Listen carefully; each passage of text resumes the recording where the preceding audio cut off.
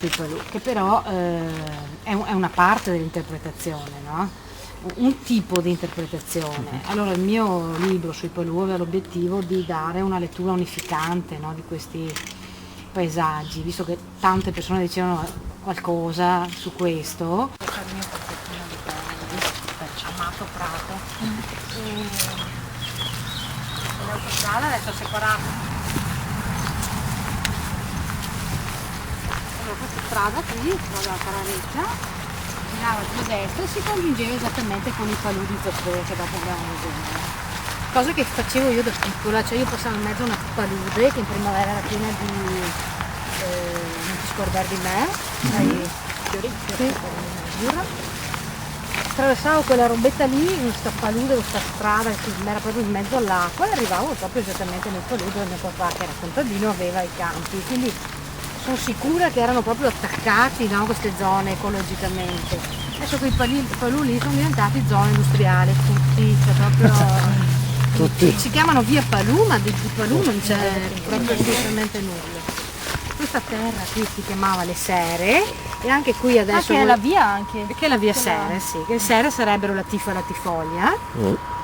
Che non è Serre con due R, è un nome dialettale, probabilmente è diciamo il 90%, 99%, ma c'è ancora un margine di dubbio, c'è perché le uniche due persone mi hanno testimoniato, mio padre e un vecchio signore che abitava nel borgo mi hanno testimoniato, gli chiedevo cosa vuol dire Vicolo Sere, e mi dicevo ma le Sere non pensate sono che piante là, sta Tifa, la Tifoglia, che probabilmente cresceva anche di più, in alcuni posti l'ho vista anch'io crescere la Tifa in queste zone, probabilmente loro hanno visto un mondo ancora più umido di questo. Adesso, questa zona che si chiama Le Sere assomigliava molto ai Palù, tutti i campi a schiena d'asino, adesso molto più tirati, posti di risorgiva e siepe, solo che qui era un pochettino più asciutta dei Palù, per cui è vero che loro avevano un po' di vigneto, un po' di biava, ce l'avevano anche qua, mentre i Palù sono soprattutto così tratto, molto strati, molto struttura, molto impossibile. Oggi voi vedete il decadimento, tutto questo vigneti dappertutto, perché ormai tutti piantano vigneti. Mais, ma su un terreno che ha quasi appiattito le schiene d'asino, no? Con campi baulati così, che erano fatti così per sgrondarne il fosso. Sì. Tutte le siepi che io vedevo fino a 5-10 anni, 5 anni fa, non ho fatto questa strada, è rimasta solo questa qua, solo questa siepe. Sì. Ma per cui erano bellissimi blocchi di siepi che tra l'altro mio padre è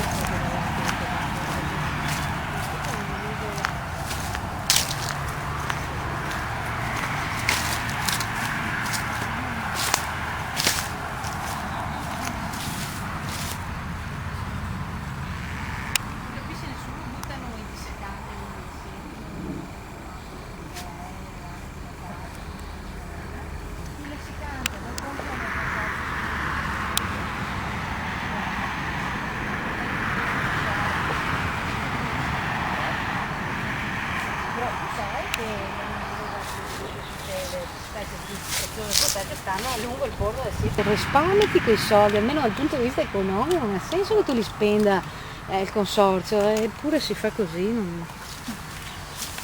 Allora le risorgive, questo sarebbe un fosso di risorgiva, nel senso che è un po' come tutti i Palù, alcune parti sono un pochettino, possiamo dire un pochettino leggermente selvati, un po' naturali, no? Molte parti sono già manipolate dai contadini nei secoli, no? Tipo loro rettificavano un pochettino sti fossi.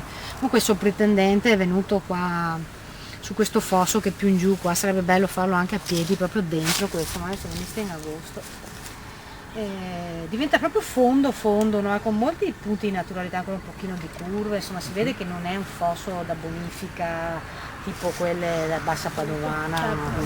Con nudi pontine. E sono fossi di risorgive la cui origine sta dove vedete quell'alberone grande laggiù, noi andremo lì dopo, lì c'è proprio il campo che loro è sempre del mio amico vicino qui, si chiama Le Fontane, con la punta delle fontane, cioè la punta dove c'è proprio le polle, e vedete che il sistema partiva da lì e manda giù come un pettine, come i sistemi arabi, no? Che si vedono rappresentati nei tappeti, manda giù su questi fossi tutta l'acqua di risorgiva. Allora, da lì andava dritto e veniva giù di qua, non c'è più niente nella siepe, perché questo qua è semisecco, insomma, soprattutto quest'anno che c'è siccità. Non c'è più continuità con quella parte lì, non ci sono più siepi che dovevano esserci da qua, cioè non è neanche non so come descriverlo, non sono quello che era prima, era tutto un reticolo di rettangoli con le sue siepi sul fosse. Da lì altri corsi vanno giù, passano sotto l'autostrada, ma adesso riusciamo a vederlo, vanno giù e formano il Rio Palù, che dopo noi lo riprenderemo a Zoppè, scusate, cosa ho detto? Rio Palù, sì, Rio Palù a Zoppè. E fate conto che da lì a dove vedremo, lo vedrete bello pieno d'acqua scuro, perché questa siccità qua di quest'anno sarà 1 chilometro, di poco, sarebbero risorgive abbastanza con una certa portata. Non so se conosci il sistema della ricarica. Praticamente i contadini gli chiedono di lasciarli in usufrutto, no? Si fanno uno scambio di valore dei terreni dove loro capiscono che la risorgiva si alimenterebbe, no? Cioè sarebbe in contatto con la sua falda sotterranea, creano degli scoli, allagano prendendo acqua da qualche, in questo caso direttamente dell'acqua, allagano tutte queste zone, le state filtrando, praticamente riescono ad andare nelle falle e le risorgive riprendono vita. Mi spiegava a mezza linea, se vuoi, tutto questo sarebbe interessante per la televisione, una roba poco studiata, sai che uno dei più importanti studiosi è mezza lira in Italia, forse, che lavora all'interno. E lui mi ha detto che online si può vedere, se mi dà indirizzi di dopo non era più questo, si può vedere immagini e anche filmati, sta roba. È una cosa interessantissima perché cioè lui questa cosa l'aveva pensata quasi per scherzo, no? Molti anni fa, aveva detto se le risorgive non hanno più la forza, perché sai che un abbassamento di 1 metro della risorgiva, della falda, la risorgiva arretra di 8 metri, almeno 8-10 metri, quindi si modifica tutto. I progetti prevedevano addirittura, pensare oggi è veramente spontaneamente, come quando passa un fiume, nessun defluimento, non si può dire. Praticamente loro avrebbero costruito, avrebbero messo terreno anche sopra il fosso, no? Lui non si sa come sarebbe pensato. Ma i primi progetti non prevedevano neanche la tombinatura del fosso. In chiusura, sì. Sarebbe passato per un famiglia.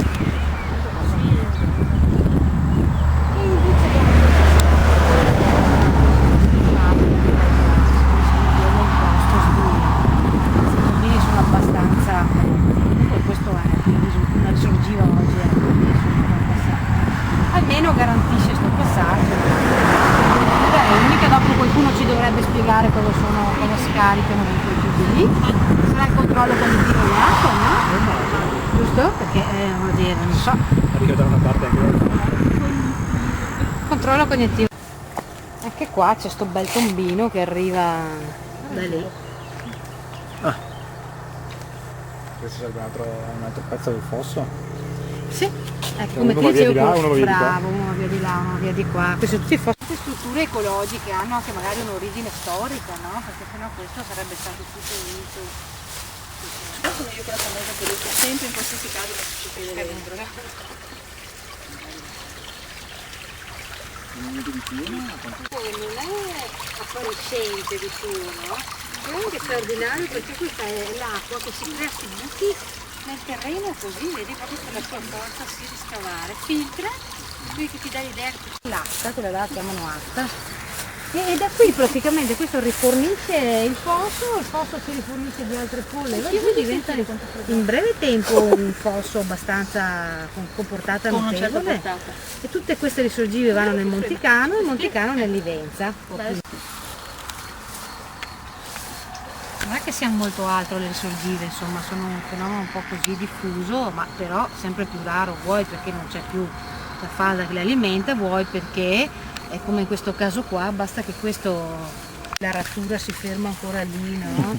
Finché resiste, che c'è sto spazio di di erba, perché sapete che ormai con le arature arrivano sui bordi dei fossi o quella o il disseccante, non c'è più spazio, no, per queste naturalità che stavano attorno anche a un campo pur arato e insomma concimmato e diserbato, però questi spazi di naturalità erano importanti, almeno qui un pezzettino ancora non si vedeva. Facciamo due passi in là. Però la divisione qua rimane ancora, da noi veramente le divisioni, le siepi qui Sì. adesso non so com'è. Sì, ma guarda che queste siepi qua sono più dei secoli, Da noi veramente poche. Dove qua? Eh sì, guarda, dovrebbe venire fuori da lì con queste cose, no?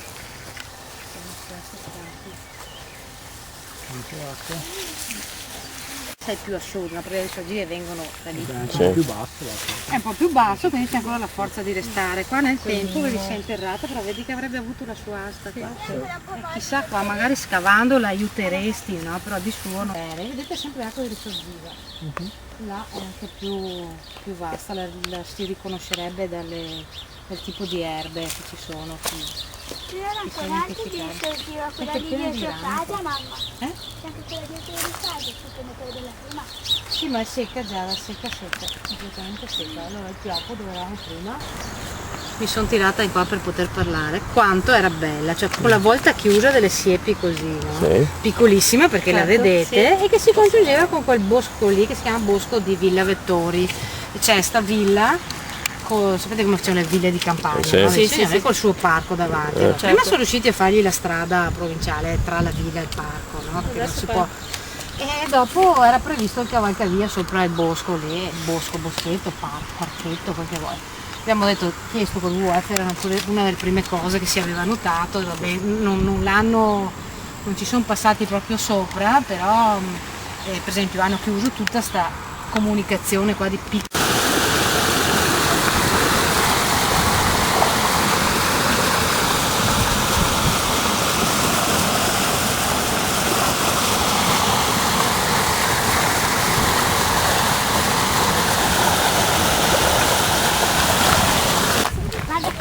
Vedi la portata, questo qua è il proseguimento di quello che abbiamo visto dietro Borgo Breda, che quelle risorgive lì che si incanavano tutte qua.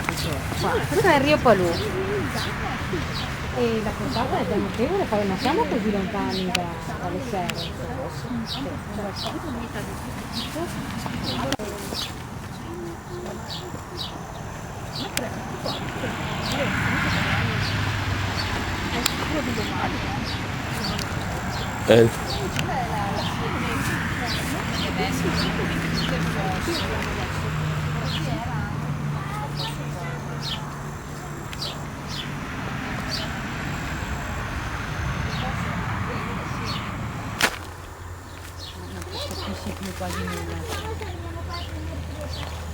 Una volta per allargare sta strada, che comunque hanno lasciato C'è bene. la siepe anche qui. C'è sempre sì. Poi la strada sprofonda nel fosso, quindi passa il consorzio di bonifica a tirar su tutto. Quindi quello che io ho visto tipo 10 anni fa, tutto pieno di tipo sana ed è chiusa. Vengono nel momento in cui c'è luce. Però come si arrivano con le pale proprio, quindi è tutta una catena insomma, di discorsi da fare qua. La tutela delle siepi, la tutela del fosso, del suo fondale, delle sue erbe. Però non so che discorso si possa fare oggi con un'autostrada in mezzo dove tu vuoi portare, ma chi porti? Delle persone che vogliono andare in bici, mentre prima avresti voluto fare chilometri dentro questa zona, non sei più. Delle persone che vogliono stare sotto un'ombra, dove stanno sotto? Mentre prima avevi boschettino di qua, un po' di siepe che si slarga di là.